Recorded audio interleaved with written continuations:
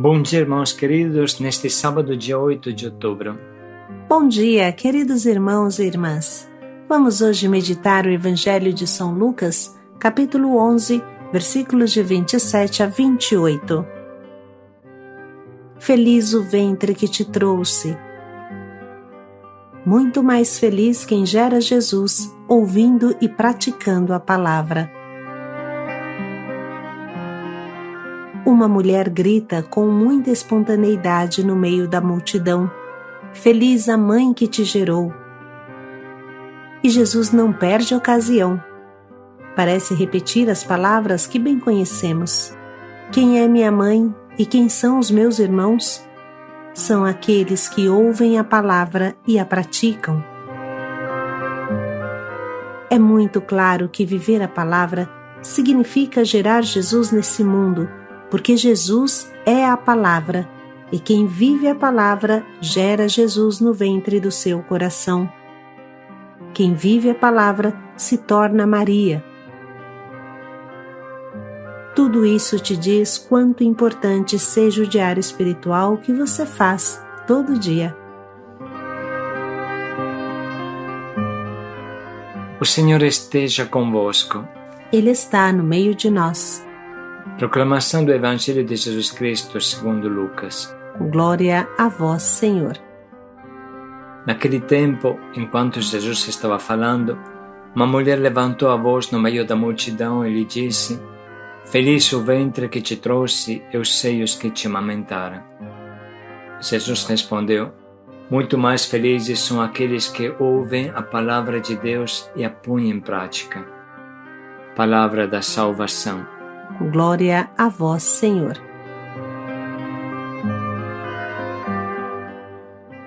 Feliz quem ouve a palavra e a põe em prática. Quantas vezes ouvimos isso? Mas esta palavra de Jesus não cessa de nos questionar e estimular. Vivemos em um mundo logorreico, ou seja, que tem mania de palavras, sobretudo nas redes sociais, e nem sempre estas palavras correspondem à verdade.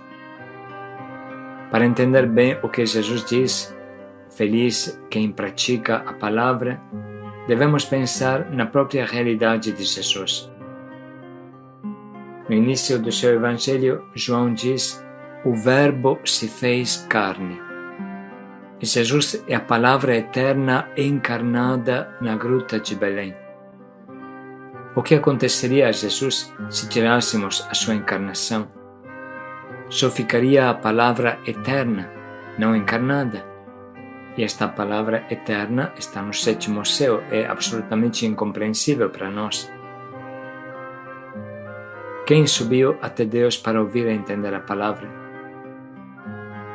Se o Verbo eterno, o Filho de Deus, não tivesse vindo até nós, não tivesse se encarnado nesse nosso planeta 2000 anos atrás, o que poderíamos dizer de Deus? No máximo teríamos chegado ao motor imóvel de Aristóteles, mas não além. Foi Jesus que nos revelou o rosto de Deus. E o que é Jesus senão a palavra encarnada, a palavra feita carne? Não existe palavra fora desta encarnação. Nada conheceríamos de Deus se Deus não tivesse se manifestado em nossa carne. O restante são anjinhos fantasiosos, mas não a carne de Deus. Isso, irmãos, seria suficiente para entender que em Deus, palavra eterna e palavra encarnada coincidem. O Verbo, a palavra, se fez carne. Assim inicia o Evangelho de São João. Para nós humanos, só existe a palavra encarnada, Jesus. Uma palavra que não se torne carne é uma pura fantasia sem sentido. Em Deus, a palavra e a realidade sempre coincidem. A palavra sempre coincide com o seu efeito, a sua encarnação. Palavra e encarnação são a mesma coisa. Por exemplo, no início de tudo, quando Deus disse: seja a luz imediatamente foi. Quando disse, seja o firmamento imediatamente foi. Em Deus não existe palavra que não seja ação, e toda ação é uma palavra vivente. Em Deus, a palavra é ação, e a ação é palavra. Por isso Jesus nos alerta: cuidado, uma palavra que não se traduz em prática é uma palavra falsa, mentirosa. E bem sabemos quem é o pai das palavras falsas e das mentiras. Na verdade, Jesus, na sua essência, é a palavra feita carne. E se nós queremos seguir Jesus, ser outro Cristo, se queremos fazer parte do corpo de Cristo, precisamos ser uma palavra vivente. Diz São Leão Magno: a vida dos bons é uma verdadeira lição sobre a palavra que viveram. Os santos são palavras viventes. Na exortação apostólica Verbum Domini, Papa Bento XVI escreveu: a interpretação da Sagrada Escritura ficaria incompleta se não se ouvisse também quem viveu verdadeiramente a Palavra de Deus, ou seja, os santos. De fato, lição viva é a vida dos bons, diz São Gregório Magno. Realmente, a interpretação mais profunda da Escritura provém precisamente daqueles que se deixaram plasmar pela Palavra de Deus, através de sua escuta, leitura, meditação assídua. Certamente, não é por acaso que as grandes espiritualidades que marcaram a história da Igreja nasceram de uma explícita referência à Escritura. Penso, por exemplo, em Santo Antão Abade, que se decide a ouvir esta palavra de Cristo: se queres ser perfeito, vai, vende tudo o que possuires, dá o dinheiro aos pobres e terás um tesouro no céu. Depois vem e segue-me.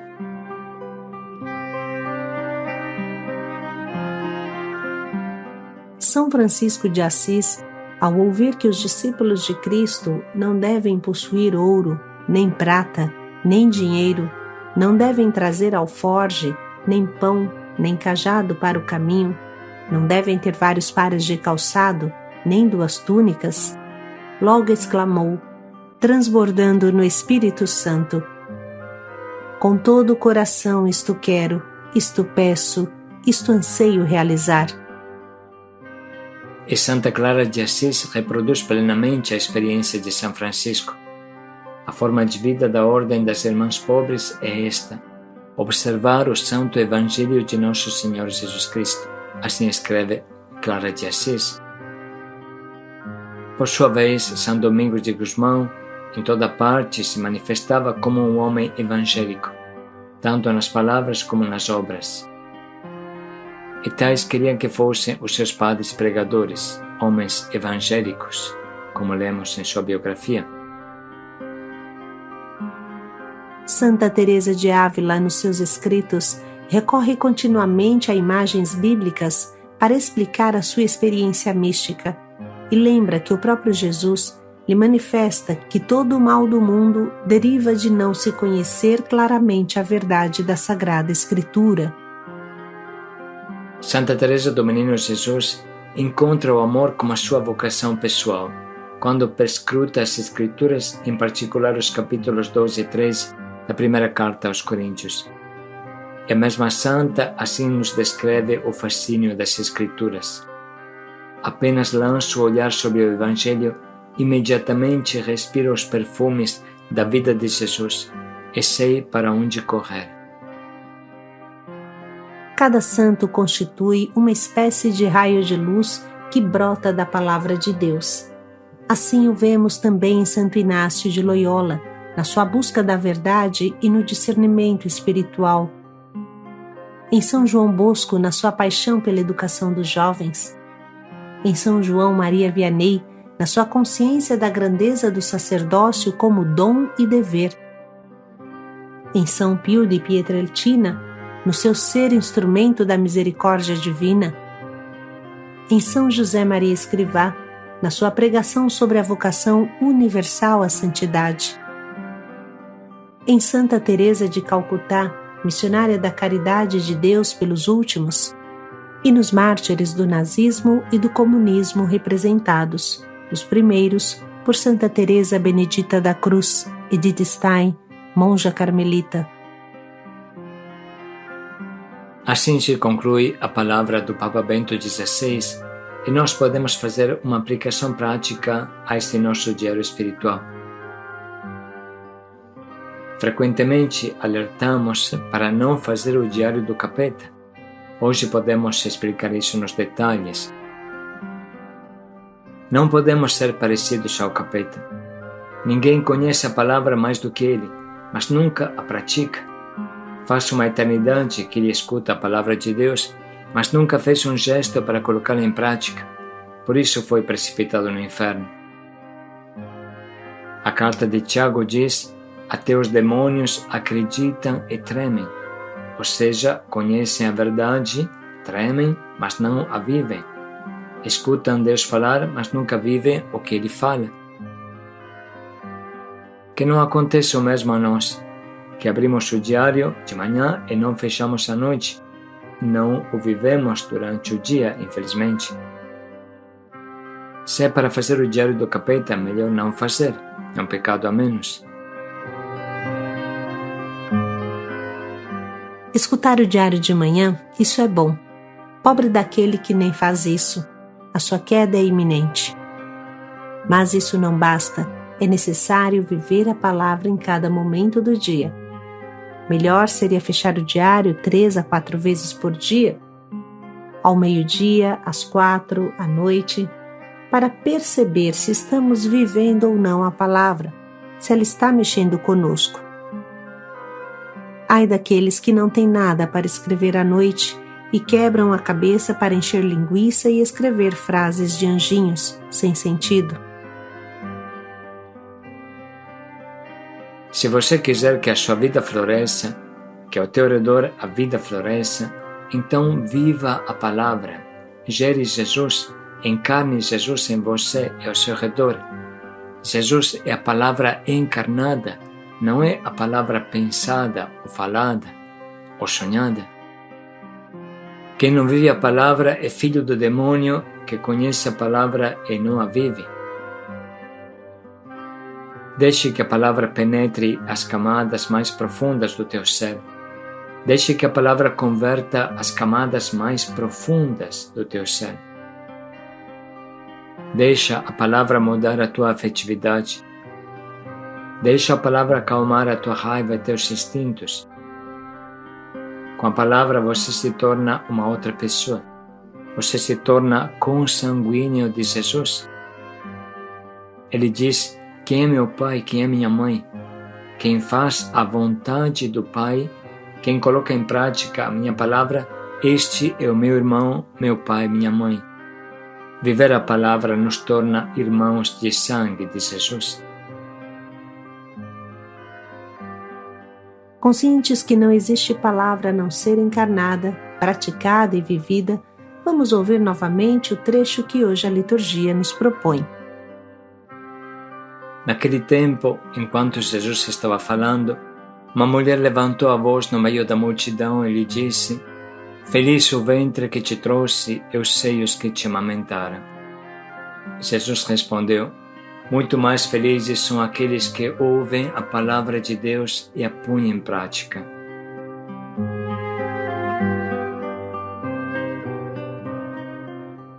Vamos dedicar um minuto para sublinhar e anotar as frases do Evangelho e da meditação que mais movem o nosso coração.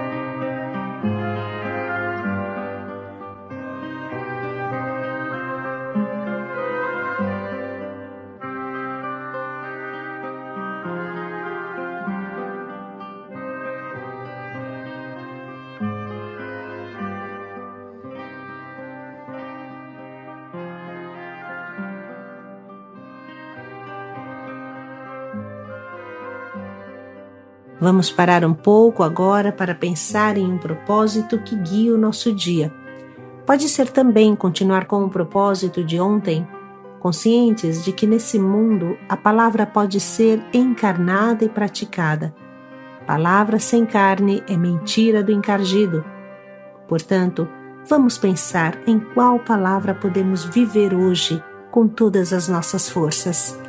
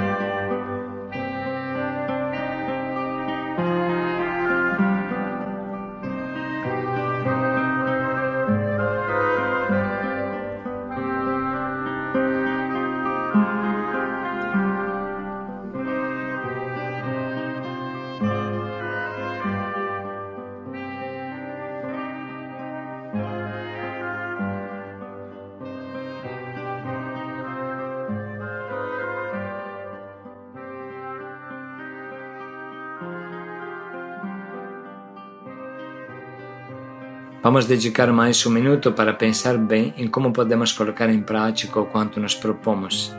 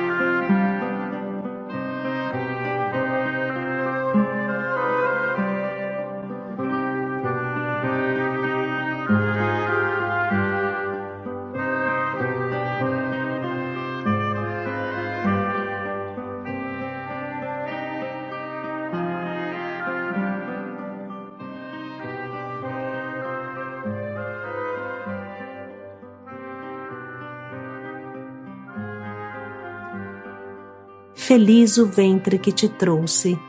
Paz e alegria a todos. Feliz quem pratica a palavra. Paz e alegria a todos.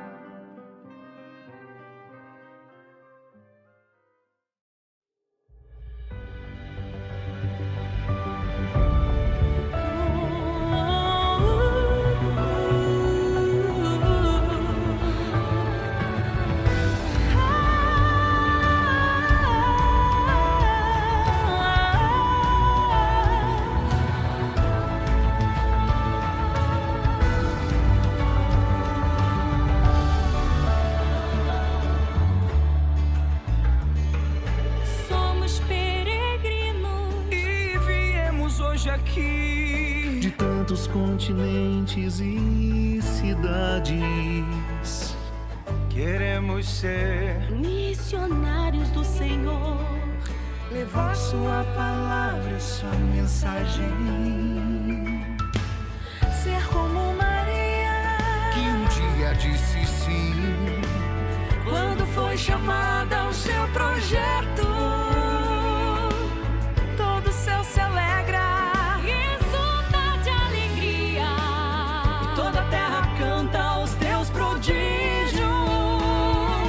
Eis aqui a serva do Senhor, faça assim em mim a tua palavra. Eis aqui a serva do Senhor, faça-se em mim